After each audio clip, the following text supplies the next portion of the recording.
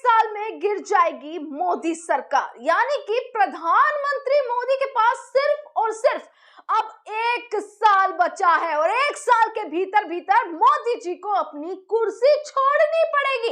यानी सिर्फ बीजेपी की सरकार के पास सिर्फ 1 साल का वक्त है। यह बड़ा दावा दोस्तों बार बार किया जा रहा है। तमाम दिनों से यही दावे सामने आ रहे हैं कि भाई मोदी जी की सरकार तो अब गिरने वाली है।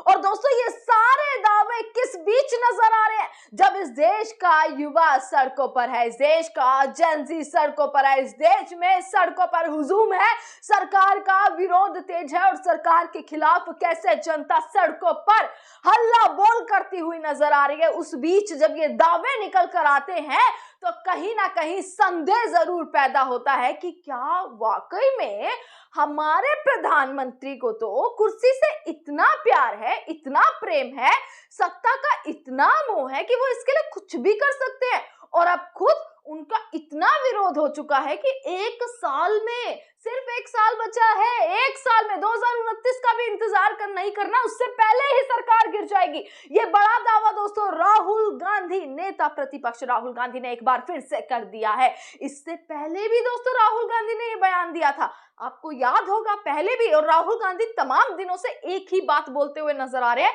मोदी जी की सरकार गिरने वाली है, नरेंद्र मोदी सिर्फ 1 साल कुर्सी पर रहने वाले। और फिर राहुल गांधी ने दोस्तों एक प्रोग्राम हुआ, कांग्रेस का एक प्रोग्राम, आदिवासी प्रोग्राम था, जिसमें राहुल गांधी ने ऐसी ऐसी बातें बोल दी ना, ऐसी बातें जो सरकार को झटका देने वाली हैं। और साफ बोल दिया है, मैं आपको बयान पूरा सुनवाऊंगी भी और कैसे क्या तमाम चीजें बोली हैं वो भी बताऊंगी। पर दोस्तों सबसे बड़ी चीज हो जाती है जिस तरीके से जेनजी सड़कों पर है, जिस तरीके से एनएसयूआई, इंडियन यूथ कांग्रेस, पूरी कांग्रेस, अरविंद केजरीवाल, तमाम विपक्ष सड़कों पर आ चुका है। इधर से ममता बनर्जी, मतलब और कोई सड़कों पर है, हुजूम निकल रहा है, मशाले जल रही हैं, युवा सड़कों पर, जेनजी सड़कों पर लाठियां खा रहा है। उस बीच मोदी सरकार का विरोध इतना तेज हो गया है ना कि मोदी जी को भी अब धोखे मिलने शुरू हो गए हैं।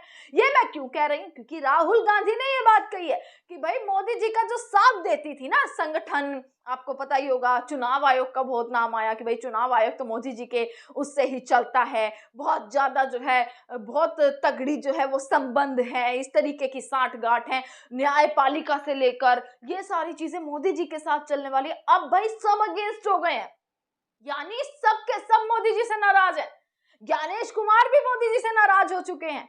ये दिन आ चुके हैं और अगर ये दिन आए तो वो दिन भी दूर नहीं जब इस्तीफा भी देना पड़ेगा और सरकार भी गिरेगी और कुर्सी भी जाएगी। दोस्तों राहुल गांधी ने अपने प्रोग्राम में तमाम बातें कही, उस बातों में एक मुख्य रूप से बात जो रही वो ये थी कि किस तरीके से, मैं आपको बयान सुनवाती। लोग सोचते हैं कि चुनाव आयोग पूरी तरह सरकार के नियंत्रण में है, लेकिन अब स्थिति बदल रही है। यानी कि हम कहते थे ना कि भाई ईडी, सीबीआई, ये संगठन, चुनाव आयोग किस तरीके से सरकार के नियंत्रण में है, सरकार ने जो कहा वही करते हुए नजर आता है। राहुल गांधी ने कहा कि भाई अब जो है ये स्थिति बदल चुकी है।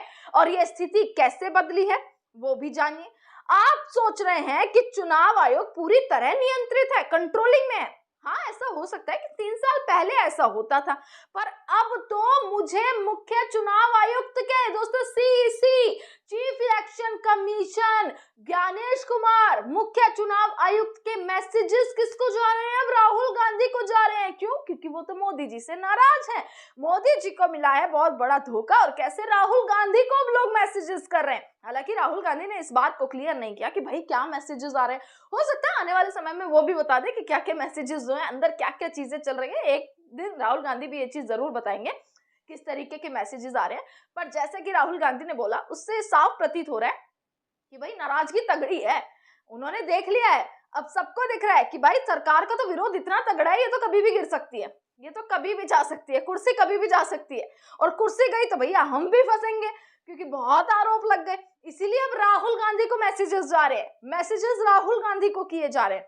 आगे राहुल गांधी बोलते हैं कि सिर्फ चुनाव आयोग ही नहीं बल्कि देश के खुफिया तंत्र और वरिष्ठ न्यायपालिका के भीतर भी सरकार को लेकर नाराजगी बढ़ रही है।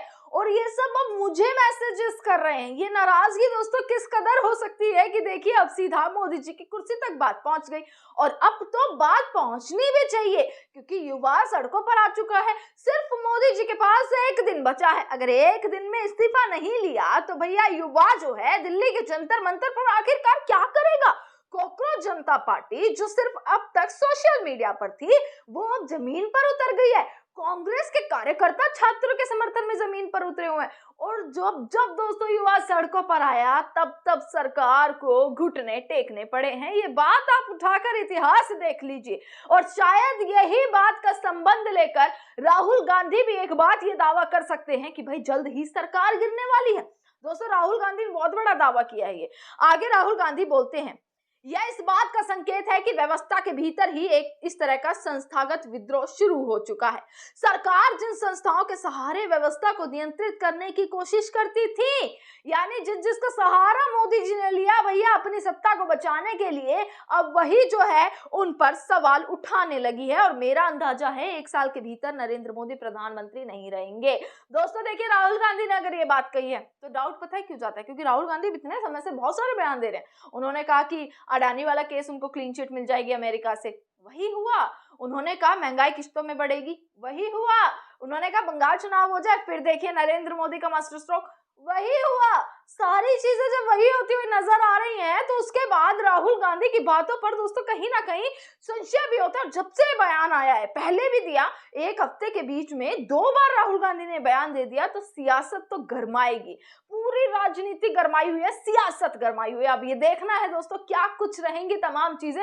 राहुल गांधी का मैं आपको बयान सुनवाती हूँ, पर इसी के साथ देश के युवा जो करने वाले हैं वो आपको कहीं और नहीं बल्कि सारी जमीनी अपडेट मैं आपको सजग भारत पे पहुंचाऊंगी। इससे पहले आप राहुल गांधी का ये वीडियो देखिएगा। आर्थिक सुनामी आ रही है, भयंकर आर्थिक सुनामी अब आ रही है। उसका कारण है कि हिंदुस्तान का जो प्रोटेक्शन का सिस्टम था, जो इंटरनेशनल इकोनॉमी से एक प्रकार से शॉक अब्जॉर्बर था, उसको बीजेपी ने हटा दिया है। तो एक तरफ से भयंकर आर्थिक सुनामी आ रही है, प्राइसेस बढ़ रही हैं, और ये अभी शुरुआत देखी है आपने। ऐसी इकोनॉमिक क्राइसिस आएगी हिंदुस्तान में जो आपने अपने लाइफ में नहीं देखी होगी। ये हो रहा है, इसको अब कोई रोक नहीं सकता है। दूसरी तरफ क्या हो रहा है, हिंदुस्तान के अंदर, सिस्टम के अंदर इंस्टीट्यूशनल रिवोल्ट हो रहा है। तो आप सोचती हैं कि इलेक्शन कमीशन फुली कंट्रोल्ड है। वो 3 साल पहले फुली कंट्रोल्ड है। चीफ इलेक्शन कमिश्नर के मैसेजेस मेरे पास आ रहे हैं। Head of intelligence system, senior judiciary, सारों के सारे रिवोल्ट कर रहे हैं, इंफॉर्मेशन दे रहे हैं हमें। तो जो कंट्रोल का सिस्टम था एक तरफ से वो कोलैप्स कर रहा है अंदर से, क्योंकि लोगों को दिख रहा है कि जनता का प्रेशर अब ऐसा भयंकर आएगा, अगर हम इस रास्ते पे चलते गए तो हमारे लिए रिस्क हो जाएगा। आप क्या सोचते हो, अगर जनता को मालूम है कि इलेक्शन सिस्टम रिग्ड है और जनता की मतलब इकोनॉमिक प्रेशर, गरीबी, दर्द के कारण जनता में गुस्सा आ गया, आप क्या सोचते हो कि इलेक्शन कमिश्नर को डर नहीं लगेगा कल क्या होने वाला है? तो अब क्या हो रहा है, सिस्टम अंदर से ऐसे हिल रहा है पूरा। और मैं आपको ये बता दूं कि मेरे पास इंफॉर्मेशन आ रही है, सिस्टम मुझे इंफॉर्मेशन दे रहा है मोदी जी के बारे में, शाह जी के बारे में, उनके बेटों के बारे में, मिनिस्टर्स के बारे में, अजीत डोवल के बारे में, पूरा इंफॉर्मेशन है, धड़ाधड़ धड़ाधड़ धड़ाधड़ हमारे सिस्टम से ही आ रहा है। अब ये हो सकता है कि जनता के प्रेशर को ये सप्रेस करने की कोशिश करें, इमरजेंसी जैसी चीज कर दें, हो सकता है। बट अब हम दूसरी स्टेज में जा रहे हैं। पहले हम फुल कंट्रोल स्टेज में थे, अब ये आउट ऑफ कंट्रोल जा रहा है इनके। मैं मोदी जी के पास जाता हूं, जब मीटिंग में जाता हूं, मैं आपको बताऊं, मेरे पास मोदी जी के पर इतना इंफॉर्मेशन है, मोदी जी जानते हैं, मैं भी जानता हूं। जब मैं उनसे मिलता हूं, भैया आंख में आंख लगाना जरा, हिलना पड़ता है, क्योंकि वो जानते हैं कि जिस सिस्टम को मैंने कंट्रोल किया था वो सिस्टम कोलैप्स कर रहा है और पूरा इंफॉर्मेशन इसको दे रहा है। तो ये डायनामिक चल रही है। और आप देखना, मेरे अंदाजे से, मेरा असेसमेंट है, 1 साल के अंदर मोदी जी प्राइम मिनिस्टर नहीं होंगे।